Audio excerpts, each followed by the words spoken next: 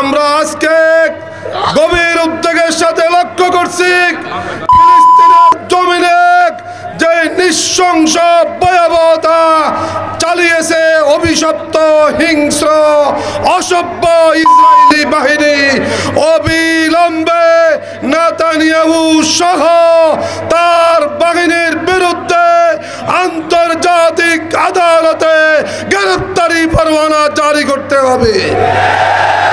সমগ্র দুনিয়াবাসী ইসরায়েলকে বয়কট করতে হবে। অবিলম্বে ফিলিস্তিন মুক্ত হবে ইনশাআল্লাহ। বাইতুল মুকাদ্দাস মুসলমানদের প্রথম কিবলা মুক্ত করার জন্য আল্লাহ ফিলিস্তিনি নারী শিশু পুরুষদের রক্ত আর নিও না, বাংলাদেশের মুসলমানদের রক্তকে আল্লাহ কবুল করো। ফেনীবাসী রক্ত দেওয়ার জন্য প্রস্তুত আছে? আমরা প্রস্তুত আছে কিনা?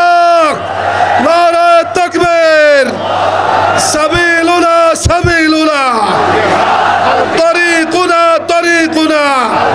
আগামী দিনের আন্দোলন সংগ্রামে রাজপথে সকলকে থাকার উদাত্ত আহ্বান জানিয়ে আমার সংক্ষিপ্ত বক্তব্য এখানেই শেষ করছি। সবাইকে ধন্যবাদ।